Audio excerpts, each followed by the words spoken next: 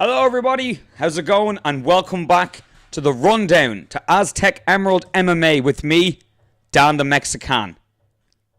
1 second while I make sure this doesn't repeat. It doesn't repeat. Awesome, fantastic. As you know, there are my socials. Now, I'm going to get through a quick little bit of shenanigans and stuff. Just a very small video before I do my back to MMA and back to the usual programming video. And it's just to say where I've been and to thank those who are coming back despite my absence and lack of consistency, irrelevant to my attempts and tries to be consistent. I have not been able to be. So I'd like you to come on this journey with me. And I'm just going to just basically say what's been happening. So for those of you who've been following my Instagram, this is where it starts off.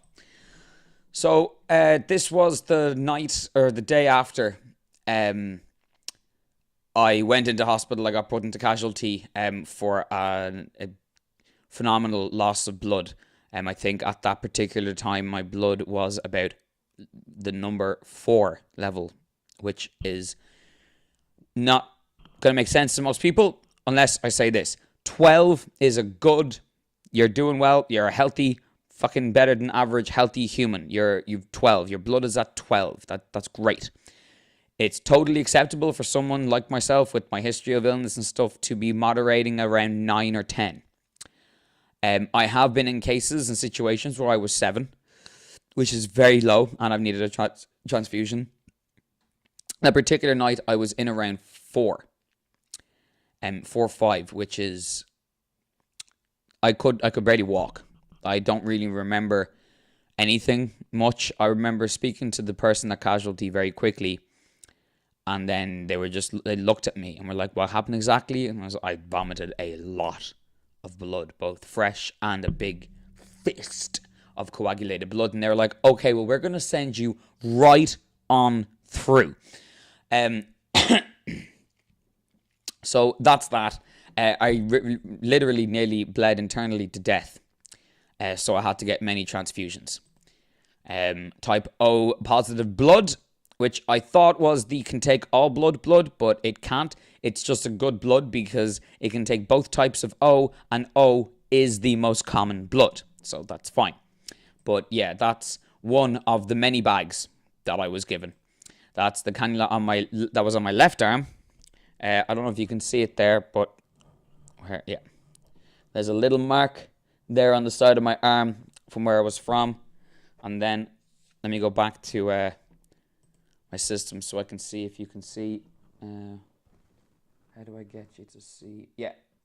So these marks here were from the other cannula, and then this is my Vincent's Hospital band.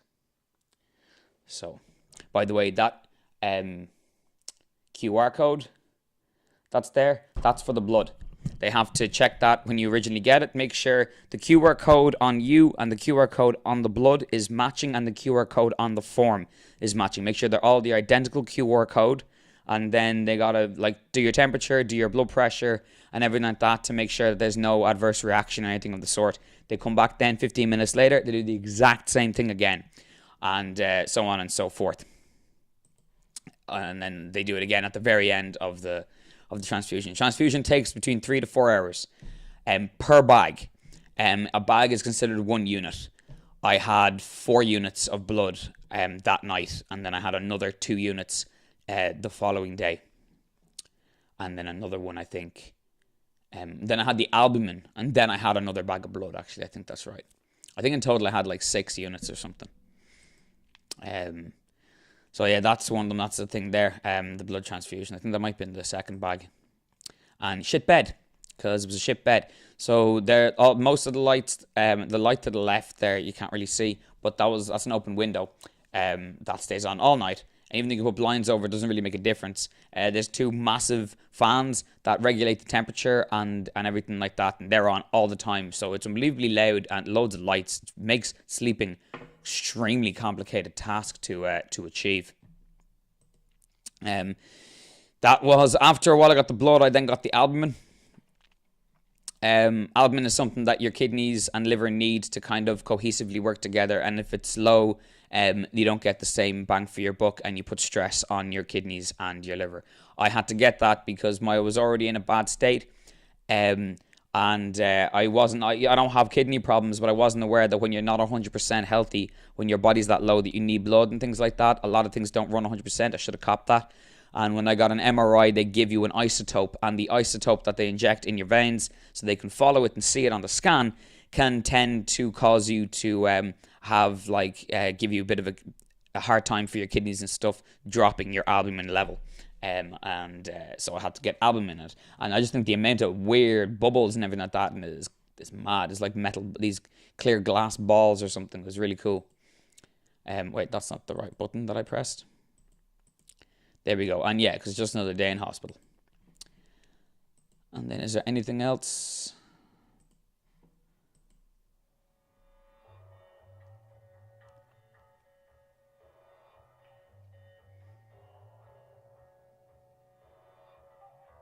It's a decent room. Like, it really was a nice room, nice space. You get your own private bathroom and stuff, which is cool. So love those bubbles there. They look like glass. And they're not glass, but they look like glass bubbles. It's weird. Get a good view of the city from the room, actually. I must say, it really was a beautiful city. You could see as far as down to UCD and the water tower, and then all the way to the Aviva Stadium and Grand Canal Dock.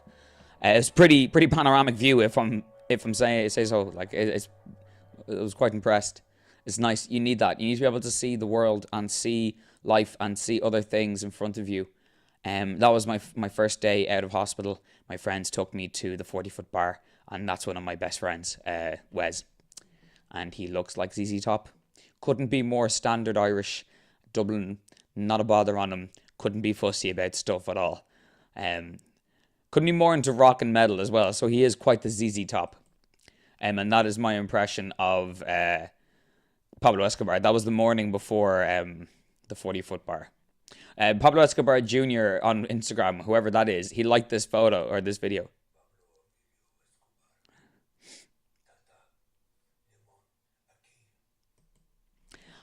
My hair started to stick out and it's all weird. So I was like, whoa, I look like Pablo Escobar, like coming out of the shower.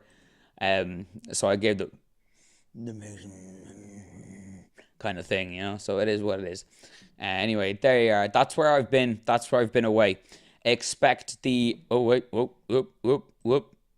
expect the normal programming to return. I will do a bit of a breakdown of some of the stuff on last event of UFC and Bader's of Mo. I'll probably show just Aaron Pico's knockout because it's awesome. But I'll be doing my picks as well for Maia versus Usman. Look, I'm going to be honest, folks, in advance. I'm not massively versed on all of the fighters in the card, so the picks are going to be vague, and I don't think I'm going to do every single fighter on the card either.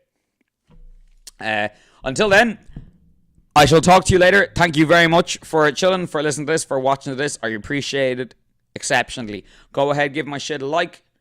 Subscribe if you haven't subscribed yet for more content from myself and Aztec Emerald and such. And a rundown, fresh picks and recap of last fights and picks for this Sunday's fights will be there, available tomorrow on Sunday. Thank you very much again, folks. Peace and take it easy.